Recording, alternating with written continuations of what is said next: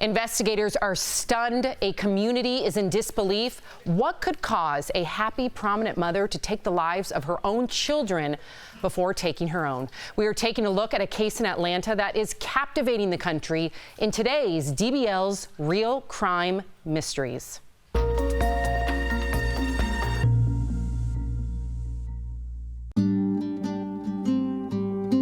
Marcia Edwards was your typical mother. The 58-year-old worked hard and cared deeply about her kids, often posting pictures of them on Instagram as a happy and tight-knit family.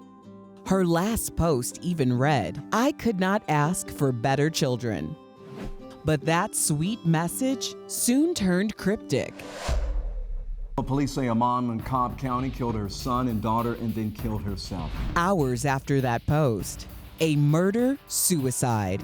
The pieces just didn't add up. For many of you are wondering what would cause a mother to end the lives of her children, adult children. The horrific crime quickly captivated news outlets. Hope Ford joins us live now from Vinings with how the family is being remembered tonight. 11 Alive's Hope Ford closely followed this case and the impact the family left on their community. Yeah, the family longtime friends of Atlanta Mayor Keisha Lance Bottoms, both Aaron and Chris Edwards, worked at the mayor's office. But not only that, the brother and sister were making lasting impacts outside of Atlanta. The daughter, 20-year-old Erin, was a Boston University journalism student who interned with NBC New York. She was happy. She was just very excited and very eager to kind of jump into the world of journalism. The son, 24-year-old Christopher Jr., worked for the mayor's office. He was just so bright and very bubbly. He definitely was excited the first time I met him, and I'm just stunned. Marcia's ex-husband and the father, Dr. Christopher Edwards, was a prominent Atlanta area surgeon. He frantically called for a welfare check after his son skipped work. Left stunned and devastated to hear from police, his ex-wife killed their kids before pulling the gun on herself. We're all in shock and disbelief because it's just unheard of. What would drive a mother to do this? Some people on social media are second-guessing investigators and say Marcia didn't do it, pointing to no obvious signs of violence or suicide. So if it wasn't the mother, then who killed this prominent Atlanta family?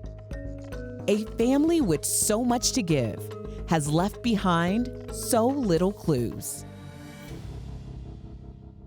Shocking and heartbreaking. We are joined now by our sister station 11 Alive's reporter Hope Ford. Hope, thank you for being here. Now, you've spent the last month covering the case. Bring us up to date. Where does the case stand now?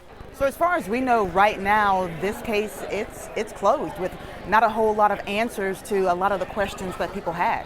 Wow. Okay, so I really need to hear from you, Hope. What went through your head when you first heard of this horrific crime? Was it just shock? What was it, anger? What was it? For me, as a journalist hearing about this crime, it was more so immediately wanting to find answers for this community. Interesting.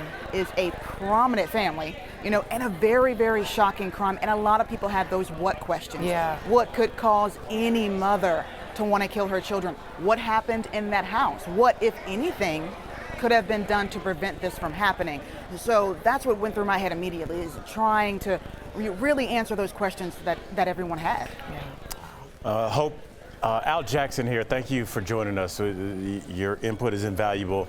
I guess my question is, why do you think people are having a hard time believing investigators that the mother did this, even though it seems like all the evidence is pointing towards her? Is it just disbelief? It is a little bit of disbelief, and not only that, you don't hear about this type of crime happening too often. Most of the time, when parents are accused of killing their children, the victims are very young. Yeah. And there's some sort of mental illness there. Mm-hmm.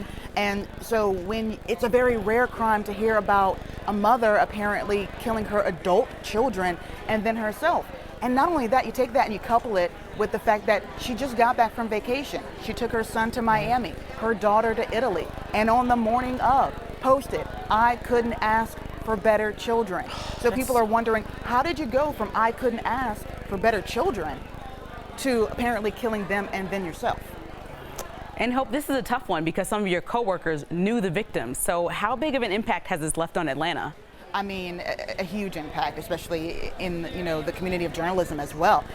It was a lot of grief, a lot of shock.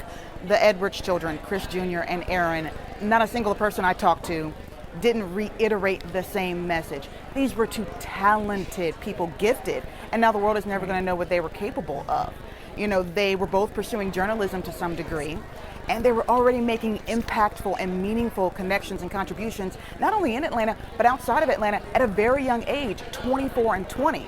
And then you have Marsha Edwards, an accomplished businesswoman who doted on her children and their accomplishments on social media and to other family. So people are just looking at that and they're wondering, how could it have ended like this? Yeah, Hope, it just doesn't add up. It really doesn't. So tragic. Thank you, Hope.